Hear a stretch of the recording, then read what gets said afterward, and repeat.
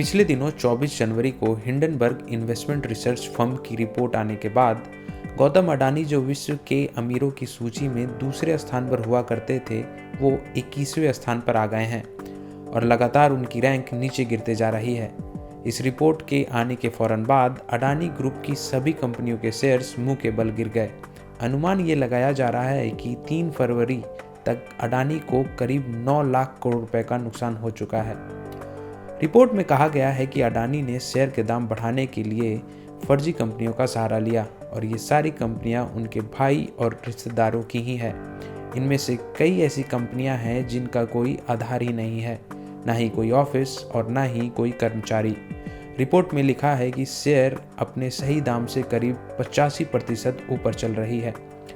ये भी बताया गया कि अडानी की पूंजी 120 बिलियन डॉलर में से 100 बिलियन डॉलर पिछले 3 साल में बढ़ी है। अब बात आती है कि ये सब आम लोगों से कैसे जुड़ी है।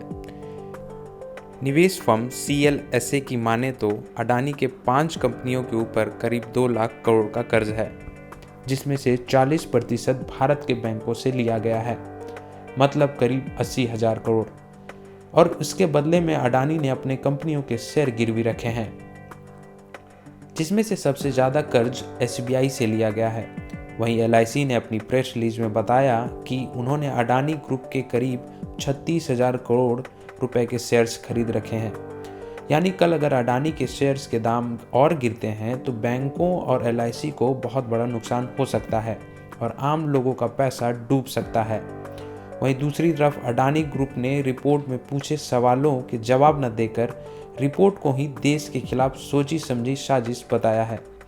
और जैसे कि 2014 के बाद से होता आ रहा है कि अगर किसी बात का जवाब ना देना हो तो राष्ट्रवाद को ढाल बनाकर सामने कर दो ताकि कोई कुछ पूछ ही ना पाए। अब सवाल आता है कि इतने हंगामे के बावजूद भारत सरकार अभी तक चुप क्यों है। बात बात में ED और IB को भेजने वाली सरकार अब क्यों नहीं भेज रही है? क्या डर है कि कहीं उनकी भी पोल ना खुल जाए? कैसे मोदी सरकार ने अडानी की मदद की और इतने बड़े बड़े लोन दिलवाए? और मोदी अडानी की दोस्ती तब से है जब वो गुजरात के मुख्यमंत्री हुआ करते थे। देश के बैंकों पर निगरानी करने वाली RBI अभी तक चुप क्यों है? क्या वो बैंकों का डूबने का इंतजार कर रही है? क्या शेयर बाजार को चलाने वाली संस्थान SEBI पर भी भारत सरकार का दबाव है? क्या राष्ट्रवाद की आड़ में फ्रॉड को ढका जा रहा है? और क्यों मीडिया इस मुद्दे पर चुप है? क्या वो नहीं चाहती कि ये बात आम लोगों तक पहुंचे, या उन्हें भी डर है कि कहीं उन पर ही ED या IB का छापा न पड़ जाए? इस वक्त ये बहुत ज़रूरी है कि ये सब सवाल पूछे जाएं और सरकार और एजेंसीज पर दबाव बनाया जाए।